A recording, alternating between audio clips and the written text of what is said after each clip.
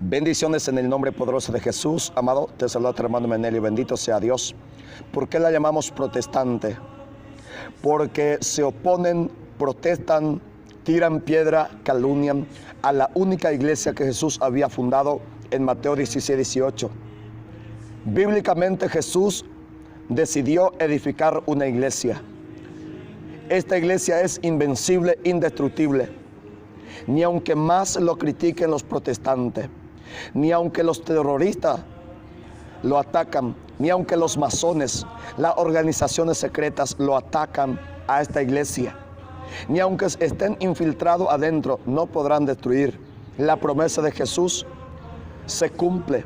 Esta iglesia, el poder de la muerte, el infierno, Satanás y sus ángeles, no podrá destruir. Por eso, con sus luces y su sombra, ya tienen 266 papas, 21 concilios, millones de santos mártires en el altar, hombres canonizados, mujeres canonizadas, bendito Dios. Aunque se siguen atacando, nadie podrá destruirla.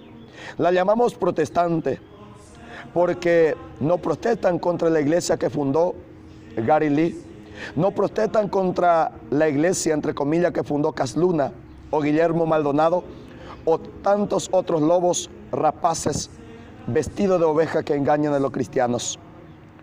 Las organizaciones LGTB, proabortistas, satanistas y tantos otros grupos terroristas levantados por Satanás no atacan ningún templo protestante, no se manifiestan contra los pastores protestantes ni contra la iglesia evangélica. ¿Por qué? Porque Satanás solamente se levanta contra el reino de Jesucristo, la cual es la iglesia que él fundó, la una santa, católica y apostólica. El Señor Dios, desde un principio, prefigurando su iglesia en el Antiguo Testamento con el pueblo de Israel, decidió escoger pastores visibles, jerarquía visible para conducir a la iglesia. ¿Por qué es necesario que la iglesia tenga jerarquía? Dice la palabra en Números capítulo 27, versículo 15. Moisés dijo al Señor: Dios y Señor, tú que das la vida a todos los hombres, nombra un jefe que se ponga al frente de tu pueblo y lo guíe por todas partes, para que no ande como rebaño sin pastor. Bendito sea Dios. ¿Para qué necesita un pastor? La jerarquía, el pueblo de Dios, para que no se conviertan en rebaños sin pastor. ¿Qué le sucede a las ovejas que no tienen pastor? Se van a cualquier lado, comen cualquier pastos, se intoxican, se pierden. ¿Qué sucede con los protestantes que no tienen jerarquía? Se pierden, se dividen, se confunden, se separan. ¿Por qué no hay solamente una sola congregación protestante? ¿Por qué existen miles con diferentes doctrinas? Porque no tienen pastores establecidos por Dios. ¿De qué manera se establece pastores? El siguiente versículo dice: el Señor respondió a Moisés: Josué, hijo de Nun, es un hombre de espíritu. Tómalo y pon tus manos sobre su cabeza. Bendito Dios.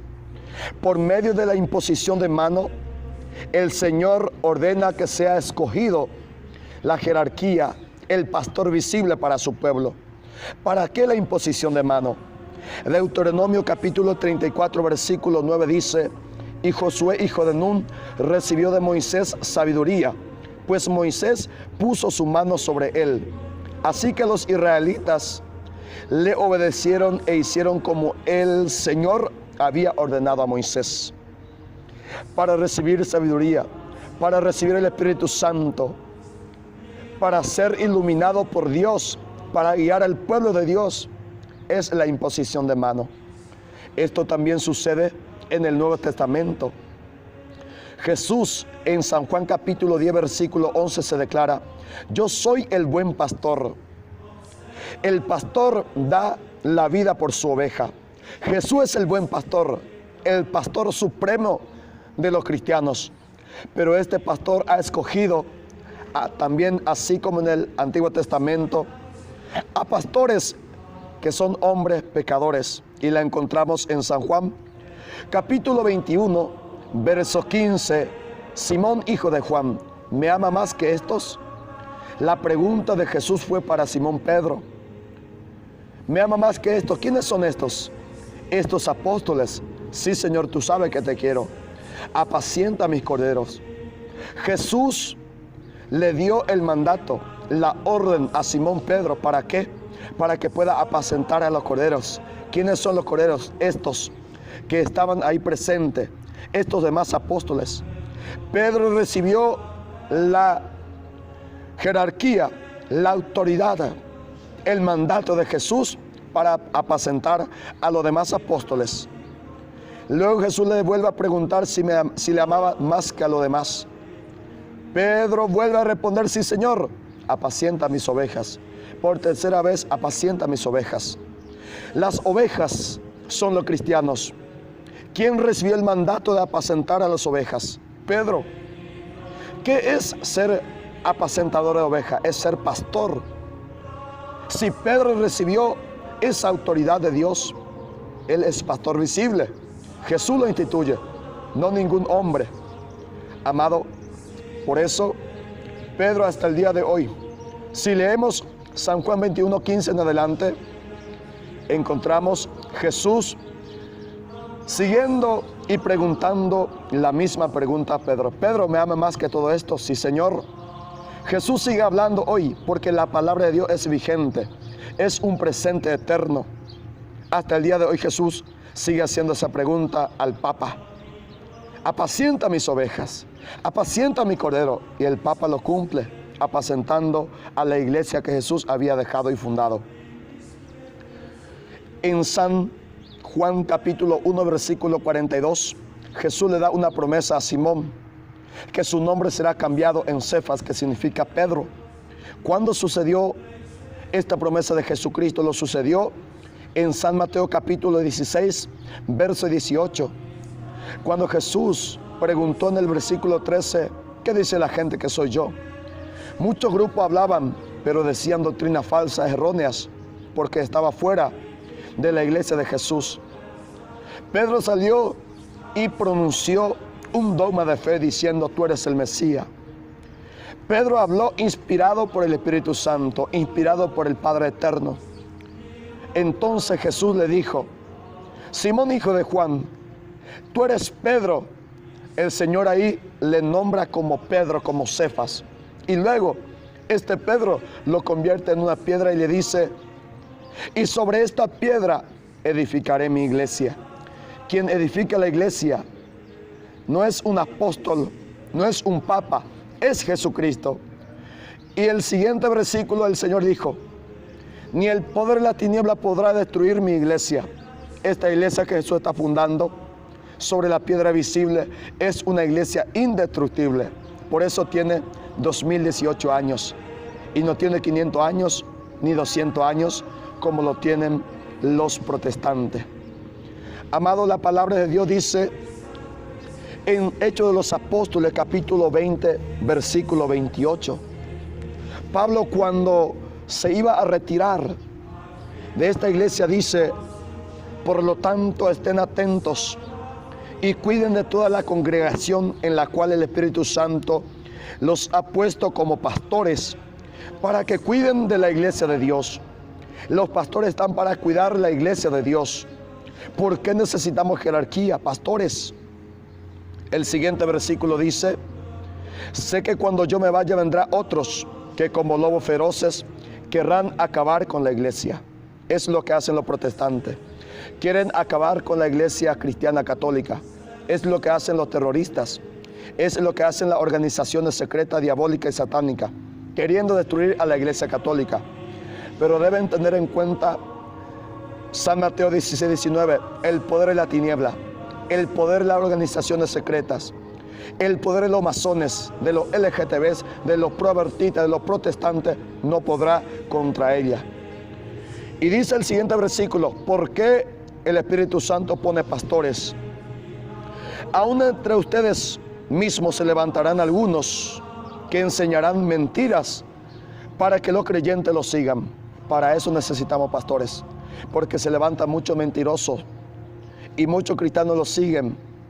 Y donde está la jerarquía, los pastores no puede haber error, pues Jesús le ha dado autoridad, sabiduría, y ellos transmitieron por medio de imposición de mano. De esta manera dice que la fe de Pedro es infalible. En San Lucas capítulo 22, verso 31 al 32, Jesús le dijo: Satanás pide sacudir a la iglesia, pero Jesús rogó por la cabeza de la iglesia, quien es Pedro. Yo he rogado por ti, Pedro, para que cuando vuelva no te falte la fe, no te falle la fe. La fe de Pedro no falla, es infalible. Jesús lo ha dicho, que esta fe es infalible, que esta fe no falla. Bendito sea Dios. Amado, por eso encontramos cuando Pedro declaró que Jesús es el Mesías, su fe no le falló. Pero seguidamente, en el versículo 21 al 23, Jesús lo llama a Pedro Satanás. ¿Por qué? Con esto vemos la doble faceta de Pedro. Cuando habla ex cátedra, inspirado por Dios, su fe es infalible. Pero como hombre comete errores, porque Pedro es pecador. El Papa, cuando habla ex cátedra, es infalible. Cuando declara un dogma de fe, es infalible. Pero como hombre puede cometer errores, pero no en cuestión de fe, sino que en cuestión humana. Bendito sea Dios. Amado, Pedro es primero, la Biblia lo dice, Mateo 10:2. El único hombre llamado primero es Pedro. Juan no es segundo, Andrés no es tercero. Solamente hay un primero, por eso la llamamos la primacía de Pedro, bíblicamente demostrada en Mateo 10:2. Y por eso Pedro actúa siempre primero, encabezando en todo momento la decisión eclesiástica, la decisión apostólica, y la encontramos en Hechos de los Apóstoles, capítulo 1, versículo 13 al 15, cuando Pedro se puso de pie. ¿Para qué?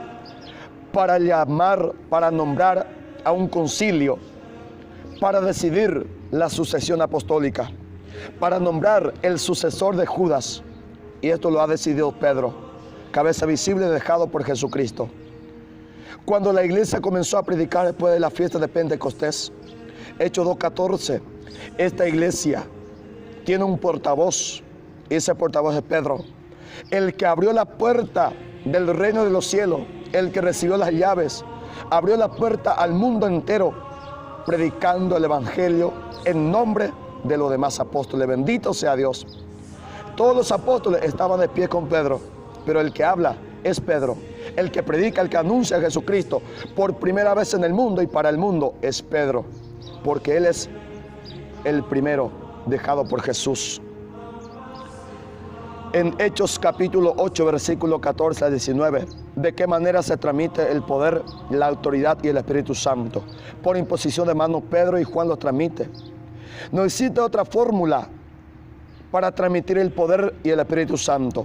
Por eso el Espíritu Santo se manifiesta infaliblemente en la Iglesia católica, porque los apóstoles transmitieron por imposición de manos y los obispos hoy siguen haciendo la misma fórmula.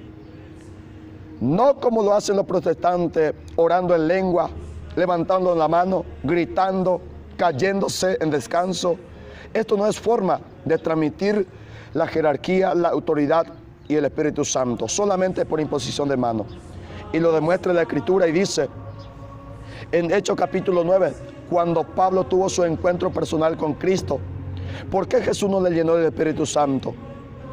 Porque había una iglesia donde sí Pablo puede recibir el Espíritu Santo. Jesús le dijo, vete a tal parte, ahí está mi iglesia. Y el versículo 17, Ananías impuso la mano sobre Pablo para que él pueda recibir el Espíritu Santo. ¿Ve cómo se recibe el Espíritu Santo? Por imposición de mano. La palabra dice en Hechos capítulo 6, versículo 5 en adelante, se escoge una tercera jerarquía llamado el diaconado. ¿Cómo estos 7 varones se convirtieron en diáconos? No al levantar la mano, no porque oraron en lenguas, no porque tuvieron visiones, fueron escogidos diáconos. Fueron escogidos por imposición de mano. Bendito Dios, la única forma de transmitir el Espíritu Santo. Los pastores protestantes nunca recibieron imposición de mano de parte de un obispo.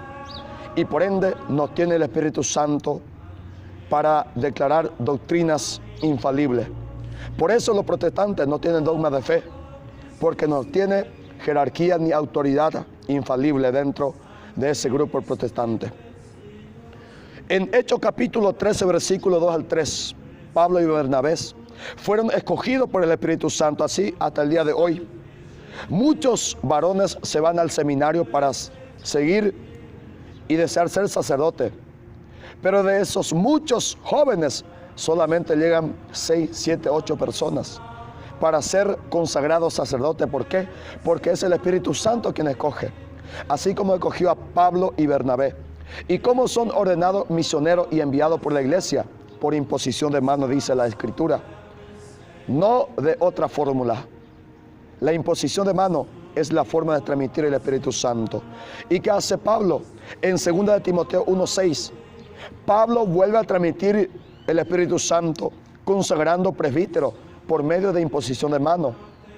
Timoteo recibió la imposición de mano de parte de Pablo. ¿Y qué hace Timoteo? En 1 Timoteo 5:22, él vuelve a transmitir de la misma forma, por imposición de mano, ordenando a otros hombres como presbíteros, como obispos, episcopos. Amado, esta es la forma de la sucesión apostólica. Por eso, la única iglesia que tiene la verdad infalible es la iglesia que fundó Jesús, porque se transmite el Espíritu Santo por imposición de mano y no con grito. Que nadie te engañe y que Dios bendiga tu vida.